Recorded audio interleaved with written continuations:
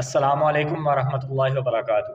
नाज़रीन और सामीन, जैसा कि आपको पता था कि 26 नवंबर को इंजीनियर मोहम्मद अली मिर्ज़ा का मुफ्ती हनीफ कुरैशी साहब के साथ मुनाजरा था। तो हम ये बात अच्छी तरह जानते हैं कि ना खंजर उठेगा ना तलवार इनसे, ये बाजू हमारे आजमाए हुए हैं। अल्हम्दुलिल्लाह कई मरतबा उलमा इसको चैलेंज दे चुके हैं। हमारे कायद हज़रत अल्लामा इब्तिसाम इलाही ज़हीर साहब इसको मुबाहले का चैलेंज दे चुके हैं। हमारे उस्ताद हज़रत शेख अतीकुर रहमान अलवी हाफिज़हुल्लाह इसको मुनाजरे का चैलेंज दे चुके हैं। इसी तरह कई उलमा इसकी अकेडमी जा चुके हैं। मुफ्ती तारक मसूद साहब इसकी अकेडमी गए हैं। इसी तरह शेख अबू यहिया नूरपुरी हाफिज़हुल्लाह इसकी अकेडमी गए हैं। और अब जो मुनाजरा तय हुआ था मुफ्ती हनीफ कुरैशी साहब के साथ, तो वो भी सुबह से लेकर शाम तक इसकी एकेडमी में मौजूद रहे हैं बाहर, लेकिन अंदर एंटर नहीं होने दिया गया और कई तरह की उसके अंदर इश्यूज़ को खड़ा कर दिया गया। सिक्योरिटी का मसला है, इस तरह मुख्तलिफ चीज़ों को ला करके आपके कैमरे अंदर नहीं जा सकते।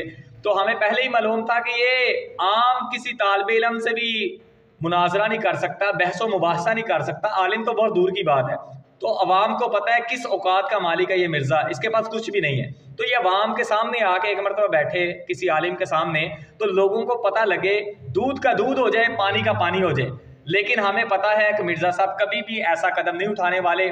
जब भी मिर्ज़ा साहब, आज भी हम इनको दावत इस्लाह देते हैं, दावत फ़िक्र देते हैं कि अपनी बातों से रुजू कीजिए, अपने रवाफिज़ के मुताबिक जो आपने अमाल लोगों के अंदर उनको आपने प्रमोट किया है उनसे रुजू कीजिए, तौबा कीजिए और लाइव सेशन के अंदर माफ़ी मांगे कि इंशाअल्लाह आइंदा मैं अहले सुन्नत सलफ़ सालिहीन के मनहज के मुताबिक ही लोगों से बातचीत करूँगा।